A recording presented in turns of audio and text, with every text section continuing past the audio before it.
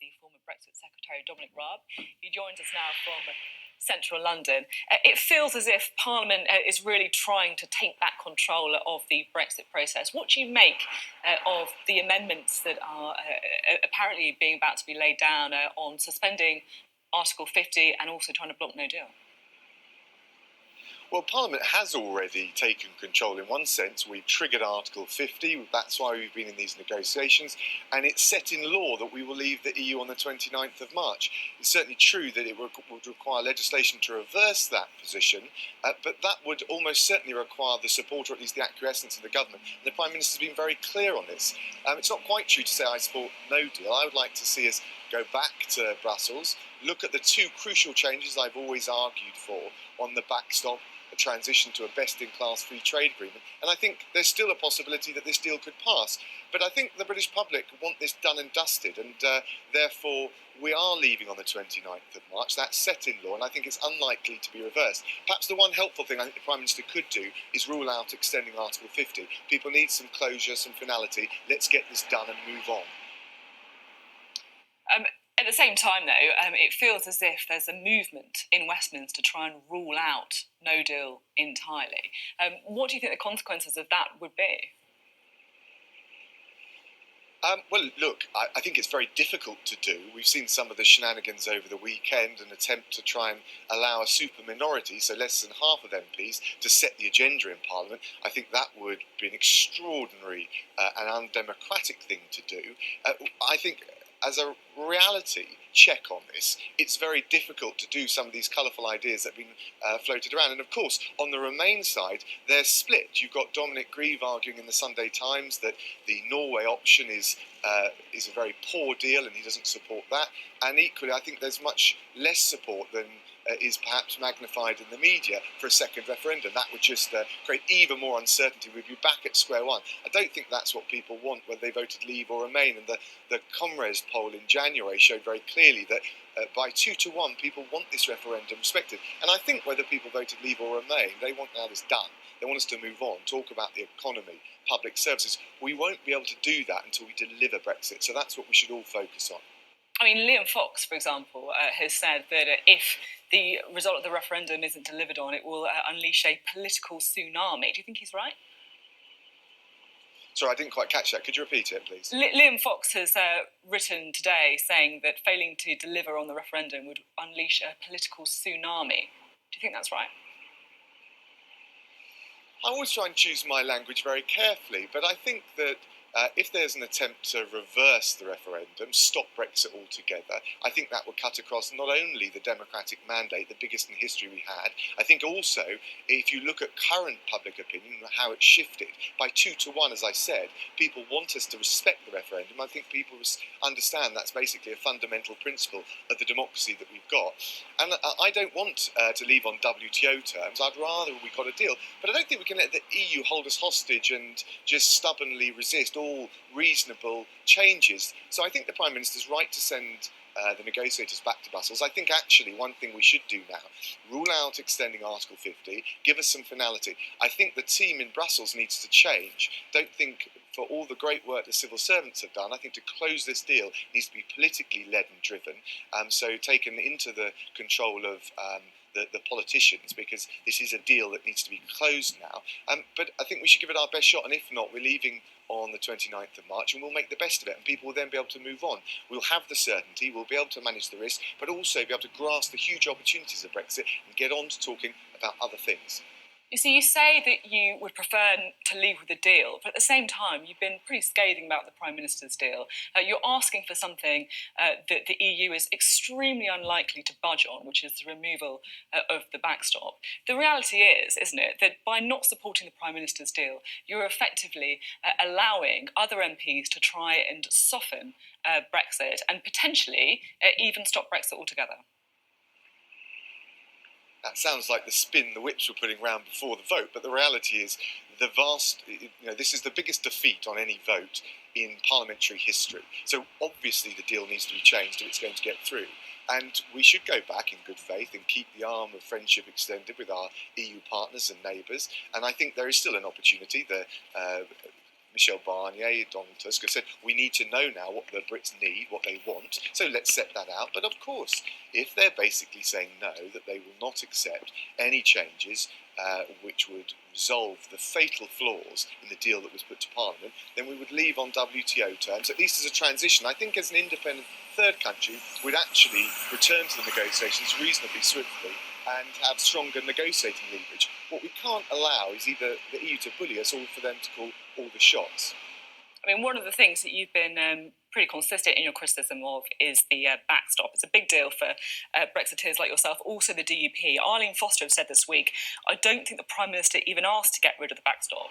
Now, you were Brexit Secretary during that part of the negotiation, so did you or the Prime Minister ask to get rid of the backstop? Well, as you know from when I resigned, I had been struggling to persuade the Prime Minister that we would need an exit mechanism, but the right thing to do was have that debate in Cabinet for 5 hours. I set out my views very clearly. I've made it clear since July that there was an opportunity to address this issue and that it would be necessary to put a good deal to the country, but also, from a practical matter, to get it through Parliament. So did you ask the EU? I'm not saying I told you so. Did you ask the EU? Excuse me? Did you ask the EU? Oh, of course. I raised it in July with Michel Barnier, who accepted then that the backstop would have to be short. But unfortunately, I think after that we didn't follow up, and I argued very strongly that we should do, and we should have been resolute on this point. And look, it's late in the day now, but we should go back and have that argument and make it clear now, because I think there is some focusing of EU minds. I'm not sure it'll be enough to get the changes we need, but there is some focusing on EU minds about the consequences for leaving with on WTO terms for them. It's not the optimum solution. The optimum solution is a deal. What we can't allow is for them to blackmail us into a bad deal. So you talked about some of the consequences of leaving on WTO terms. I mean, you said that no deal would have some short-term risks. I mean, what are those risks? Can you spell it out? Because people are worried. Well, there's a range of risks, and I set it out over the summer with a speech. There's the risk, of course, that we would have friction at the border. In fairness, the French authorities, including the Deputy Mayor of Calais, has reacted very robustly in saying, no, we're going to keep the trade flowing because we don't want to lose that vital business to the Belgian ports and the Dutch ports. There are also issues, and we already have them. There's an issue in the media at the moment about the insecurity of supply of medicines, but Matt Hancock, the Health Secretary, has said that he's got the preparations and the plans in place.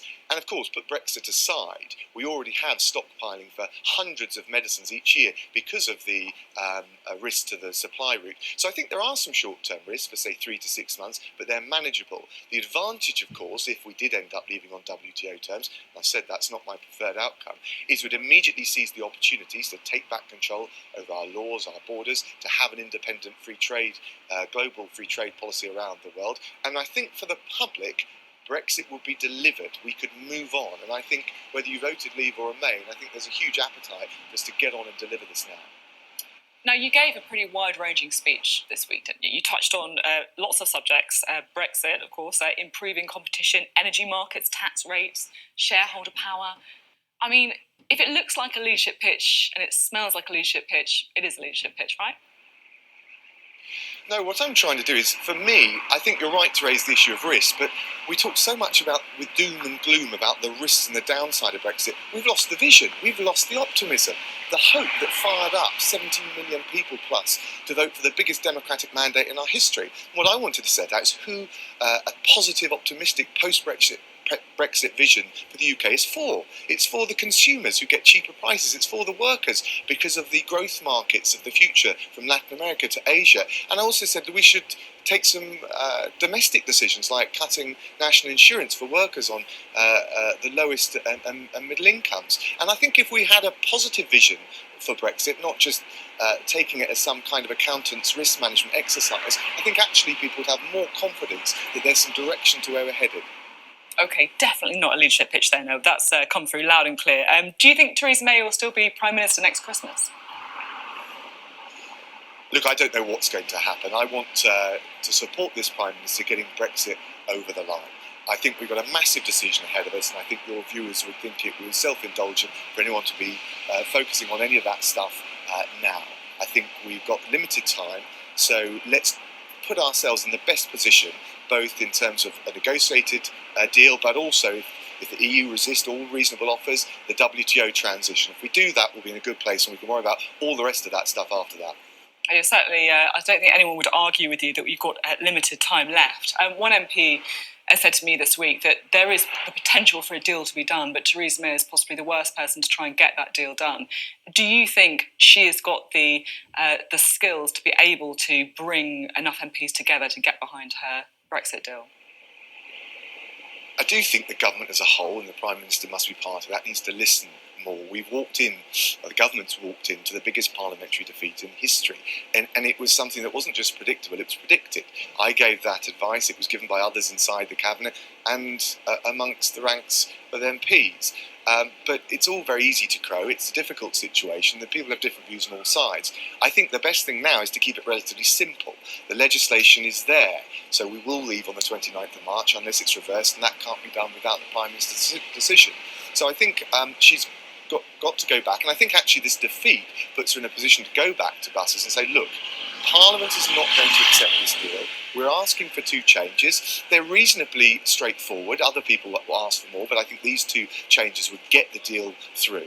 And if you don't want that, then you need to recognise your part in the UK leaving without a deal with you and on WTO terms. This deal is still salvageable, and I think come what may, we will make a success of Brexit. But we do need a bit of vision, a bit of optimism, and we need to be absolutely resolute from here on in with our EU partners. Okay, Dominic Raab, thank you.